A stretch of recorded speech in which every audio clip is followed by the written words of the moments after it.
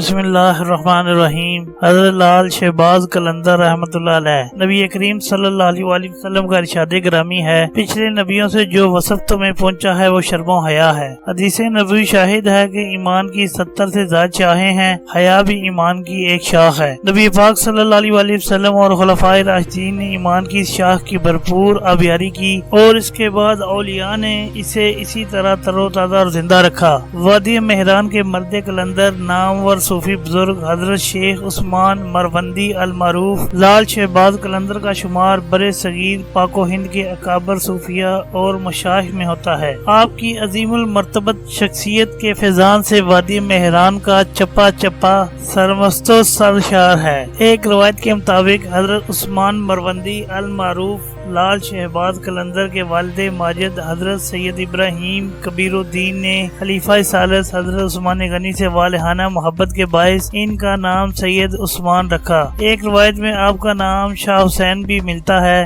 سیرت حضرت لال شہباز قلندر میں آپ کے والد کے ایک تذکرے سے پتہ چلتا ہے کہ حضرت ابراہیم کبیر الدین کی جب شادی ہوئی تو ایک مرتبہ انہیں خواب میں حضرت علی کا دیدار ہوا۔ آپ نے عرض کیا، یا امیر المومنین، آپ میرے لیے اللہ کے حضور فرزند صالح کی دعا فرمائیں۔ حضرت علی نے ارشاد فرمایا، اللہ تعالیٰ تمہیں ایک فرزند صالح سے نوازے گا، اس کی ولادت پر اس کا نام محمد عثمان رکھنا۔ آپ نے علوم دینیہ اکثر اپنے والد اور اپنے عہد کے جید علماء و اکابرین سے حاصل کیے۔ 7 سال کی عمر میں قرآن پاک حفظ کیا۔ علوم دینیہ اور عربی ادب پر آپ کی کئی کتابیں آج بھی جامعات اور مدارس میں پڑھائی جاتی ہیں۔ آپ اپنے عہد کے سلسلہ قادریہ کے مشہور بزرگ حضرت بابا ابراہیم قادری سے بیعت و خلافت حاصل کی، جو 2 واسطوں کے بعد حضرت شیخ عبد القادر جیلانی اور 12 واسطوں کے بعد حضرت امام علی رضا اور 18 واسطوں کے بعد حضرت علی اور 19 واسطوں کے بعد حضور صلی اللہ علیہ وآلہ وسلم سے جا ملتا ہے۔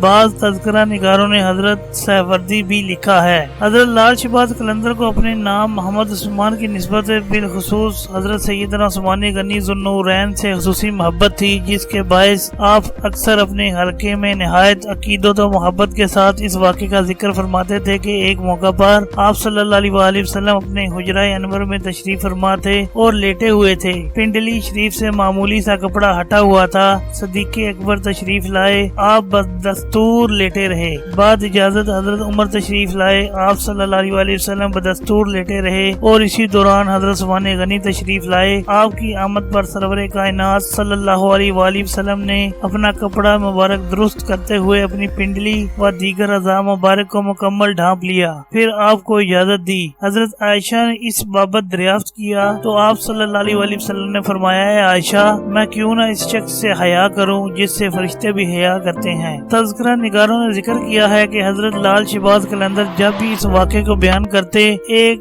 خاص طرح کا سرور آپ کے چہرے کی تابانیوں سے جھلکتا ہوا دکھائی دیتا۔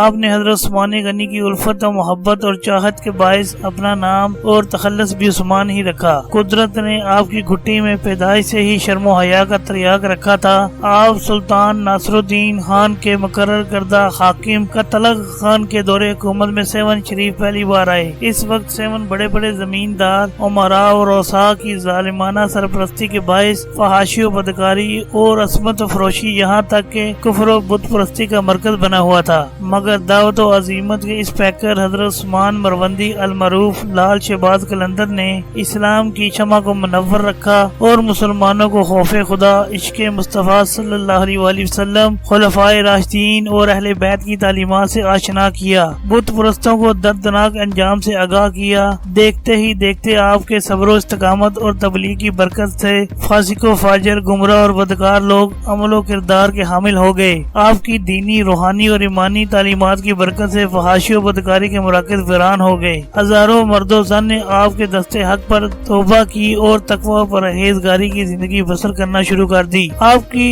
حیات و تعلیمات پر مشتمل آج بھی یادگار کرامت ہے۔ بے شک یہ آپ کی نبی کریم صلی اللہ علیہ وآلہ وسلم، خلفائے راشدین اور اہل بیت سے وابستگی کی روشن دلیل ہے۔ اپنی ایک منقبت میں فرماتے ہیں، مجھے بہشت کی بھی لالچ نہیں، کیونکہ میں تو عثمان کی درگاہ کا غلام ہوں۔ ہر وقت وہ میری حالت سے آگاہ ہیں۔ جب ان کا فیضان میرے ساتھ موجود ہے تو مجھے کسی چیز کا ڈر نہیں، میں حیدری قلندر علی المرتضیٰ کا ادنا غلام ہوں۔ حضرت لال شہباز قلندر دن نیکی، صبر و شکر، محبت و اخوت، رواداری، امن و اخوت، تبلیغ و ہدایت اور شریعت و سنت میں گزارتے اور راتوں کو یاد الہی اور عبادت میں مشغول رہتے، دکھی اور پریشان لوگوں کی مدد فرماتے، سب سے پیار و محبت سے پیش آتے اور ہر فرد کو ایک دو ملاقاتوں میں اپنے اعلیٰ اخلاق سے متاثر کر کے تعلیمات اسلام کے مطابق زندگی بسر کرنے کی رغبت کا جذبہ دلوں میں پیدا فرماتے۔ آپ نے بھٹکے ہوئے لوگوں کا رشتہ کفر و شرک سے توڑ کر ان کے حقیقی خالق سے جوڑ دیا، انہیں راہ حق پر گامزن کیا، اخلاقی قدروں سے روشناس کرایا اور نیکیوں سے چائی کی لگن سے دلوں کو معمور کر دیا۔ پھر دیکھتے ہی دیکھتے اس دور میں سندھ کا اسلامی مرکز شہون بن گیا۔ اس دوران حضرت لال شہباز قلندر کو جو شہرت و قبولیت حاصل ہوئی وہ صدیاں گزر جانے کے باوجود بھی برقرار ہے، بلکہ وقت کے ساتھ ساتھ اس میں اضافہ ہو رہا ہے۔